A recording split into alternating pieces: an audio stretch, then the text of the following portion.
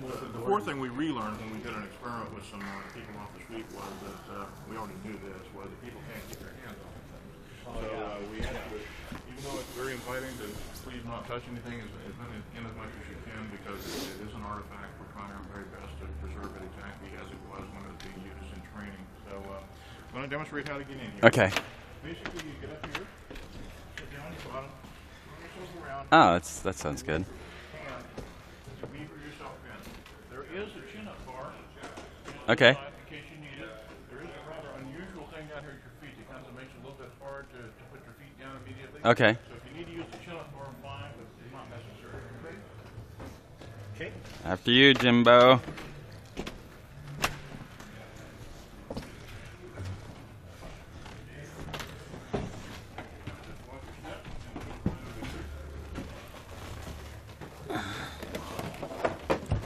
All right, sir. Very good. Welcome to the mid-deck of the Fuselage Trainer. This was the primary habitation area when they went to orbit. Usually, with only one exception, the shuttles had a crew of 7. 7. Oh my gosh. 3 were down here, and you can took the collapsible seats out. One was here, you can just see the bolt hole. Right. One was there, and then the third one was there. Ah, okay. Those were immediately stowed as soon as they got to orbit. So takeoff, they just They would be in place. They had a beautiful view of those cabinets. Right this is what they got to see during launch. Now, of course, the payload specialists and mission specialists sat down here. The astronauts didn't. So, Yeah. but it was still a pretty good ride. The chairs themselves are actually an engineering marvel. Very lightweight, very easily deployed. We got them. We actually have them. We're going to display them in the. And do they make custom foam for each astronaut? Like I know, like in this, was it the Soyuz capsule? Really they did that. Very, very primitive. Okay. Like they weren't anything like what you see in the Soyuz. They found out pretty quickly that with minimal, the women, the smaller women in particular, were the ones that were the biggest issue, because they were the bars and so forth. Oh. A bad place Oh, I see. I see. So, Yeah. But they, of course, as soon as they got to orbit, they took those down and stowed them. This is the primary habitation area of the shuttle. They had to train in here as though they were going to fly. Everything they did in here was as though it was an actual shuttle. This area behind me here, of course, the hatch would have been closed, that airlock would have been stowed away, and so forth. This area was actually full of what you would call sea bags. Yeah. From the ceiling. Oh, wow. They would put lightweight stuff that they had to take to orbit. They didn't really need highly sophisticated stowing. So this would all be full of these big round bags right in this area right here. Originally, In case you're wondering, that fire sprinkler is not original. The airlock actually came farther forward. It came out almost all the way out really? here. And then later on, when they got the HAB labs and so forth, they deployed it farther aft. Oh, okay. Especially once they got the International Space Station built to the extent where they could dock with it.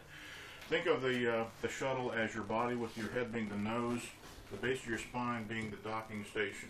And that's basically where that black panel back there is the middle of the airlock, and they would go up there to dock and get into the International Space Station.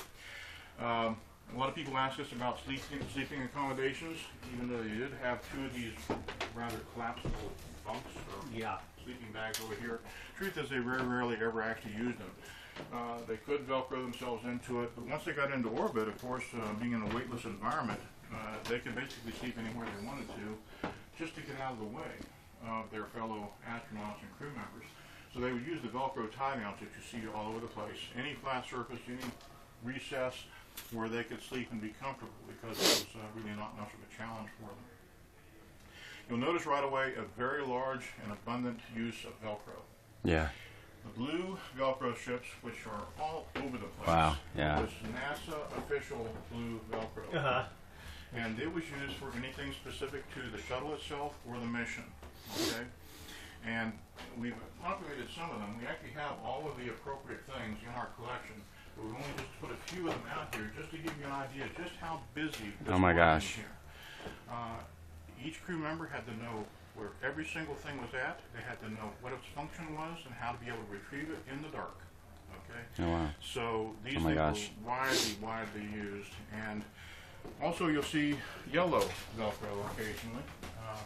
Yellow Velcro was used for specific scientific experiments and compact mission equipment that they would take aloft with them sometimes. And then very rarely you'll see white Velcro. White Velcro was personal, for personal items that they would take aloft, but they were allowed to take a few personal item photographs, good luck charms, whatever it happened to be. Is the lighting in here? What almost this, identical. this is what they would have been using? This is exactly. We even though we replaced it with LED lighting Okay. To keep the heat down Okay. in here, Okay. we got the light levels almost exactly right. Okay. And also the atmosphere in here is almost Okay. identical to what it was when they were training. But they used an incandescent bulb. Is that right? Like, or what did they use? They didn't use LED lighting, did they? No, on the first few they used incandescent. Okay.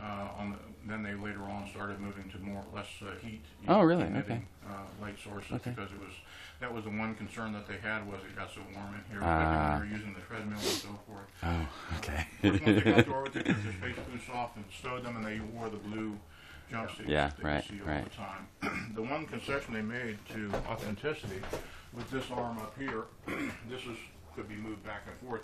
It actually brought fresh, cool air in from the outside while they were training. Oh, when this is used as a trainer, yeah, yeah, trainer, right, yeah, right, right. so Yeah. That was the one concession. All the bins, of course, are appropriate. We're going to eventually have them all flushed out with the actual placards that were appropriate for each one. Each one was specific, but they were specific to a mission. Some things remain constant, like the pilot's clothing went in here, and his personal effects, things like that. You'll notice a lot of distress to the fronts of some of the bins. Yeah. One complaint that the crews had from the very beginning was there was simply not enough place to stow things. So, believe it or not, duct tape was an issue item on every single flight. And that's what you see this distress. This is from the effects of duct tape, where they would stick things to certain surfaces. Even had these little tie downs on the floor, although they're simulated here, where they could stick their feet underneath the little tie down, because once you're in orbit, of course, almost nearly weightless condition, you tend to float off when you're trying to do something. So did people sleep standing up? Was sleep similar to standing up or laying down, or did they typically? Well, again, weightless environment, there was no up or down. Yeah. So it's basically not the most important thing was getting out of the way. Yeah. And finding a place where you could be comfortable. That's where actually the flight deck, and we'll go up there in a few minutes, became important. Is because once they were in orbit, the commander seat and the pilot seats, which are the only two permanent seats on the shuttle, became redundant. There was nothing else to do up there, so they would use those frequently. I see. At least one astronaut that we know of used the airlock as a sort of personal NASA frowned once they found out about that. They said, we will not do that again because if there's been an emergency of some kind, we've been stranded out there or whatever stuff. Or jettisoned. Okay. One or the other, because there used to actually be on the actual shuttle another space. We actually put plexiglass over it here simply for safety purposes. This another emergency egress area up. Oh, wow. Deck, okay. if they had to get out of the crew compartment. Of course, immediately deployed the treadmill right into this area right here. Each one had to use the treadmill depending on the length of the mission. The longest missions were 10 days. They would immediately deploy that, and every crew member had to use that. They had very, very little time off. Most of them had to either be working on whatever their particular experiment was, or other duties on the shuttle, cooking meals and so forth. And they all took turns, at least in theory, using the gallon. This is the gallon right here. Probably one of the most expensive pieces of equipment. That's the entire kitchen, and all the potable water came out of there. The truth is that even though each one of them was trained to use it, usually it ended up in one person was the cook. Oh, okay. Because they found out that this person did a better job mixing the MREs than anybody else, making them palatable. They didn't vote him off the island. Yes. Yeah, there you go. But they also had to practice preparing food. They had to practice disposing food. One of the first things they learned was you didn't want leftovers because you had to do something with them. And the last thing they wanted was particulates floating around in the atmosphere once they're in orbit. So they ate everything. Yeah. They very, very seldom licked the tin foil off and everything else just to get rid of all the particulates. Of course, an item of consuming interest to almost everybody Yes, the It's a toilet. facility. Yeah. Oh yeah. Male or female, this was the facility, not only where you took care of your bodily functions, but where you also used the little wipes to do your basically your sponge bath. That was the only way to stay clean, and you can imagine with 9 of your closest friends in the space of a walk-in closet for 10 days, they got to be pretty ripe. So you hold yeah. yourself, Had to hold put yourself something- down. In fact, when they train, if you ever get a chance to look at the video of the training, on the training there's actually a crosshairs, like a sight, and your plumbing has to be aligned precisely. Oh my gosh. And of course the women were just, oh my god. You know? So, but it was very, very essential. Otherwise, the system simply would not work. And again, the last thing you wanted was stuff floating around. Yes, So, right. they did have a modesty curtain right here that could be deployed. But I've often said that the first victim of the U.S. space program was modesty. Yeah. Because they figured out this was more trouble than it was worth. So they basically, in order to use this facility and clean yourself, you basically had to strip down completely. Men and women. And so they just got on with it. Did what they had to do. Yeah. What are all these little bumpers here? What is all that stuff? Uh, It's a place for putting. Yeah, they could put like their little sponge bath. Oh, okay. So just little temporary holders just to a little hold. place to hold things while Okay. they're taking care of business, Okay. you know, and doing stuff. Are they color coded for different? I think they were. I don't have the Things or the whatever? actual nature of the color codes, but they could. It's they not could enough do- colors for each No. crew member or anything No, like that. It's just no, type there of was- thing. No, there was no personalized Yeah, stuff in here, okay. believe me. But and of course, the little footrest had to be deployed, and so it was basically a pain in the butt to use. But there are no straps. Like you don't strap yourself in or anything like that. No, Like the you handholds just were have the to main hold thing. yourself in place. You did have to use them, Yeah, believe me, otherwise yeah. you tend to float Yeah, off of right, there. right. This silver thing here was actually added after Columbia. This is nothing more than a standard airline inflatable escape chute. Oh my They gosh. would throw it up over, they pop this hatch and blow it completely, throw this up over the side, and then deploy the So if after a landing they after needed a hard landing or to something get out like that, quickly. in the event that they, Yeah. were able to do that. So let me close this. Okay. I'm going to step right back here. Just watch your feet. Now, getting up to the flight deck is a little bit of an exercise. On the actual shuttle, there's no such ladder. Only the full Fuselage Trainer had a ladder, as you see it here. On the actual shuttle was simply a single bar with little pads on each side. Really? Yeah. Oh wow. Because they only had to do it Once before takeoff, When just they and go then to the two and coming back to or three or four could go up four. there. Oh my Four gosh, actually. yeah. Commander, the pilot, and then 2 collapsible seats behind them. I'll show you Okay. where those racks. So this was basically redundant. With their spacesuits on. With their spacesuits on. I mean, it looks like a lot of space. Now, getting up here, you'll see right away that the surface of the interior curves outward almost immediately. So going up, you have to start getting Okay. your head forward. There is a gold bar on the aft side of the pilot seat. You can use that. There's also a handhold in the deck itself. Okay. You can Oh, yeah, yeah. Once you get up there, okay? Just the main thing is to watch where your feet at and make sure you got a good Okay. handhold, okay? Great. You will need to use your right knee Okay. to get up on the deck. And then when you get up there, come up very slowly. Okay. Okay? All right.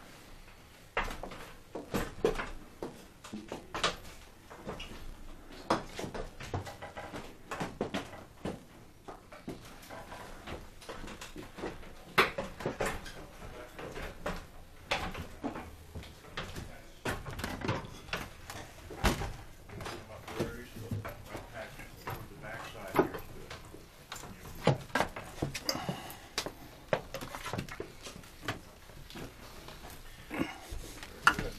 Welcome to the flight deck. You can see one of the 2 collapsible chairs, one right here, one here, and one here, right behind the pilot and the commander.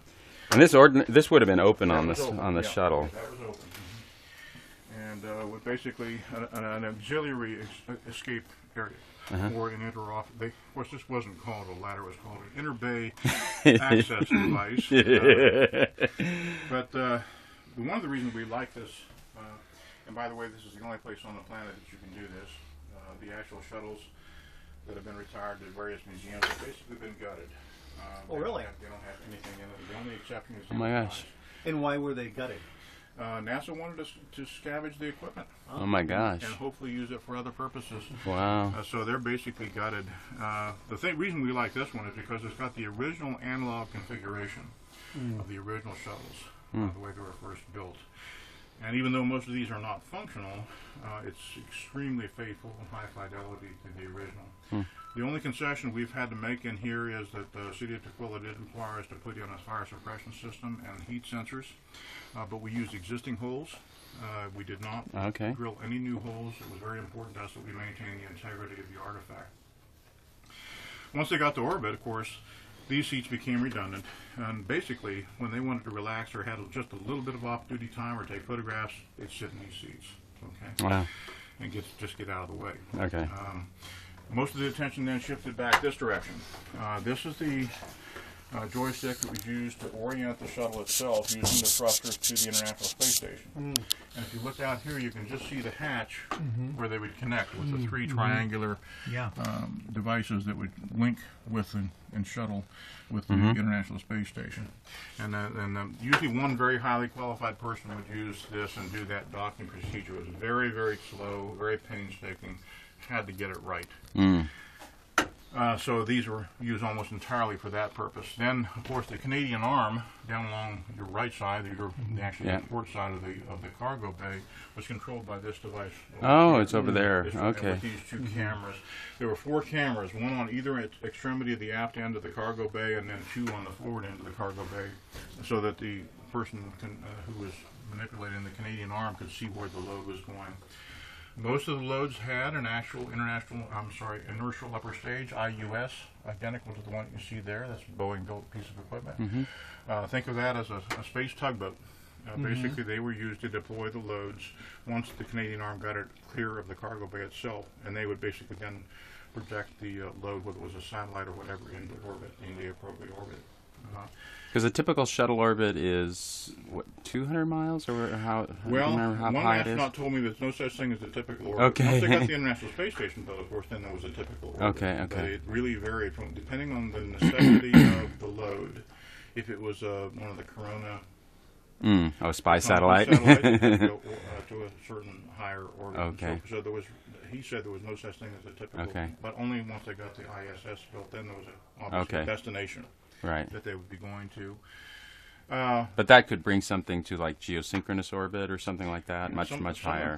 Quite. I think some of them went out to the L4 and L6 positions. And wow! So, wow! I think so. So the most important training feature of the full fuselage trainer was the emergency egress. This is the hatch that was used. Now remember, they're in their full pressure suits with their helmets, going through this hatch, using the rope that was designated for them in these pouches to then rappel down over the right-hand side or the starboard side, and you can see the distress on the right-hand side of the actual trainer on the outside. Oh, yes, right. Where they rappelled. They had to qualify to do that in order to fly. In fact, they had to qualify on everything that they trained on in this device. So they had to pull themselves out through that hole. Just using your arm strength gravity situation, and getting it was very challenging. Wow, very, very challenging. Men and women, and they had to be able to do it. Senator John Glenn, the oldest astronaut that ever go back to orbit, had it the devil's time. Wow. Process. Wow. He would get into what they called eventually the Glenn twirl. He would be spinning uncontrollably going down over the starboard side. He had to be able to arrest that spin. And he did it over and over and over. Oh my gosh! Until he finally got it. And how old was he when he trained? Was he? 82, Oh my gosh! Like so it just proves that it can be done. Wow. And so, but anyhow, this is our baby.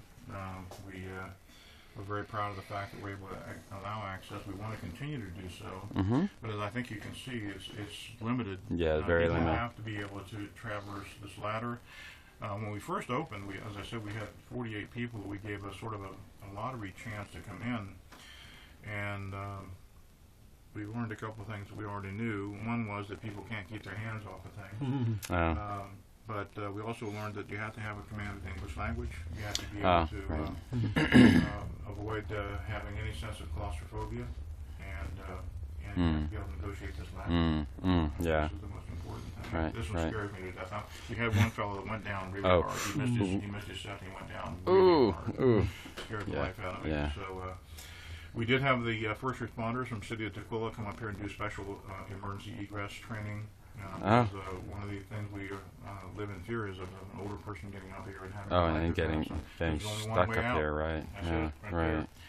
And so they made a film and trained specifically for this eventuality. A lot of people ask to get into the seats, and we don't allow it. Because we actually had one lady that tried it and got up on the plastic glass and cracked the plastic glass immediately. And I said, that, if that plastic had been there, what would you have done to our console? Yeah. So it's really difficult to get into. You got to be an acrobat to get in there. So the 3 seats that were there were two seats up here. Yeah, Okay. You can see the little tie down. We Okay. actually put these were in place on all of them originally, but they were making the trip hazard. So Yeah. we put these 2 here just so people can see what they Okay. look like. Okay. 2 here, 2, and then the 3 downstairs for a total Okay. of 7. One mission did have 8. They added an additional seat now. So Oh, wow. shuttle, Oh, my gosh. A total of 8. So Okay. most of them had 7. Some of them had fewer crews than that. Fewer crew members. So presumably most of the crew, like much would prefer to be up here than down there during a flight. Is that? Well, yeah, because you could see out. Yeah, you can see out, and it's just But like the, yeah. The fact is, they have very little. They were off-duty just really time. busy. Very, Yeah. very little off-duty time. They were almost always busy, Mm. and then they'd have their sleep periods. They had to go to. They could not opt out. Okay. Yeah. Yeah. They could Okay. not opt out of the treadmill. They had to. Do Okay. those things. Yeah. Mission Control is going to be on their Yeah, case so, about it.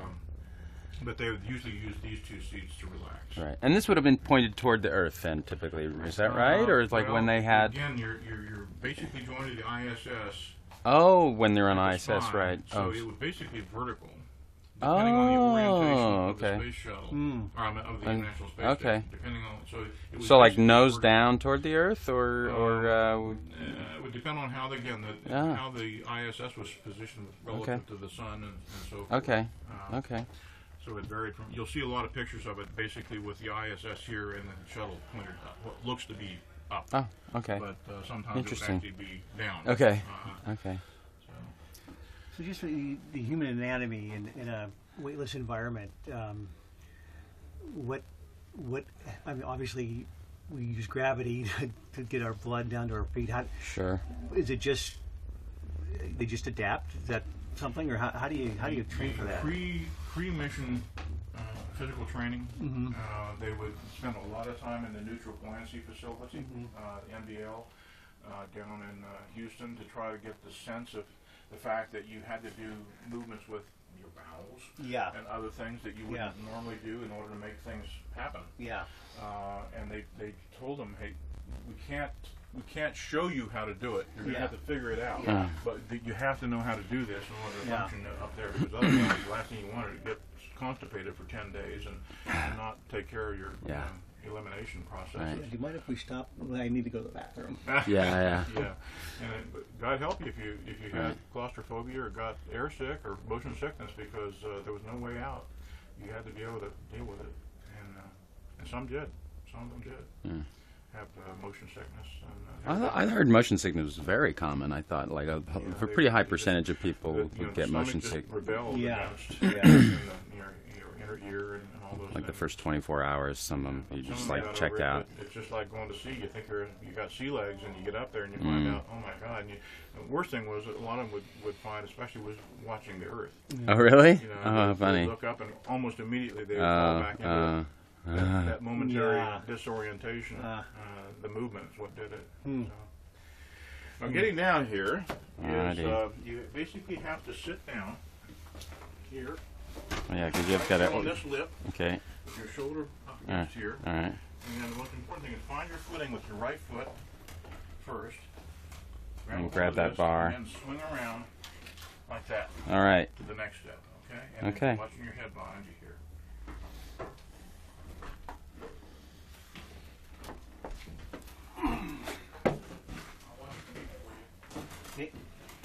I'm just gonna stay up here, Jim. I'll see you later.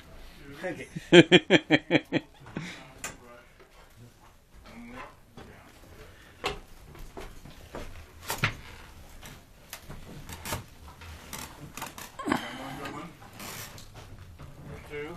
Watch your hand holes. Mike's an athlete. Yeah. All right. There you go. Awesome. Any questions I can help you with?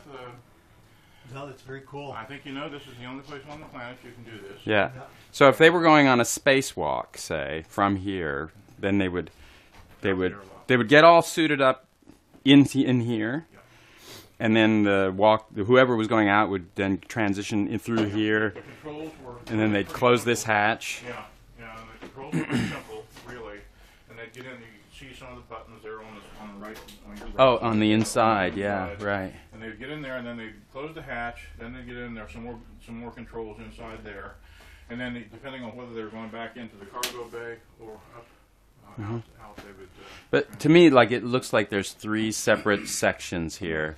Well, originally, this airlock came into about here. Ah. And it was very truncated. It only went back to that second circle. Right Okay, here, and okay. it ended When you right say there. it came back, did it take up? They lost all this Space? space in here. And the hatch actually fell down back here. Oh my gosh. So it was really even Really closer. Okay. Because they hadn't built the International Space Station. Oh, right. And they Yeah. didn't need the airlock. There was no place to go. Sure. Right, So they- unless you do a spacewalk or something like that, or oh, but that exterior one has a coupling on it, so then they can go into the space station. Yeah, So this is how you would get in and out of the space station. You'd go out here. Right. Yeah, There's a. Yeah. If we go into the bay and the other side, you'll be able to see Yeah. what that looks like on the other side. Cool. Awesome. Cool.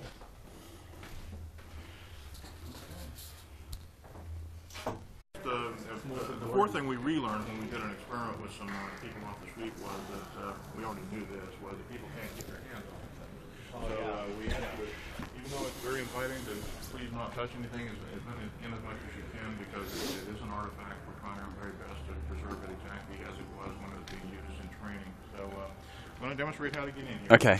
Basically, you get up here, sit down at the bottom, roll yourself around. Oh, that sounds good. And you beaver yourself in. There is a chin-up bar. Okay. In case you need it. There is a rather unusual thing down here at your feet that kind of makes it a little bit hard to put your feet down immediately. Okay. So if you need to use the two collapsible seats out, one was here, you can just see the bolt hole. Right. One was there, and then the third one was there. Ah, okay. Those were immediately stowed as soon as they got to orbit. So take off. They just.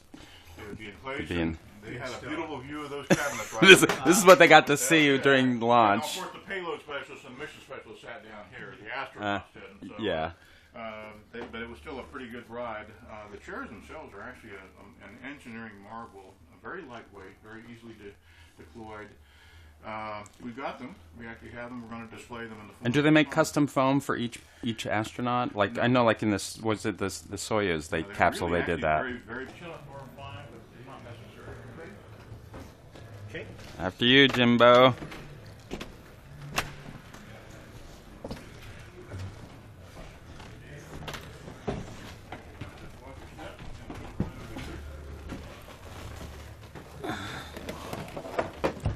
All right, sir. Very good. Welcome to the mid-deck of the full fuselage trainer. This was the primary habitation area when they went to orbit. Usually, with only one exception, the shuttles had a crew of 7. 7. Oh my gosh. 3 were down here, and we actually took the primitive. Okay. They weren't anything like what you see in the Soyuz. They found out pretty quickly that with minimal, the women, the smaller women in particular, were the ones that were the biggest issue because they were the bars and so forth. Oh. Was a bad place Oh, on I see. I see. So, Yeah. But they, of course, as soon as they got to orbit, they took those down and stowed them.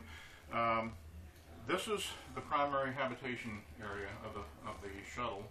They had to train in here as though they were going to fly.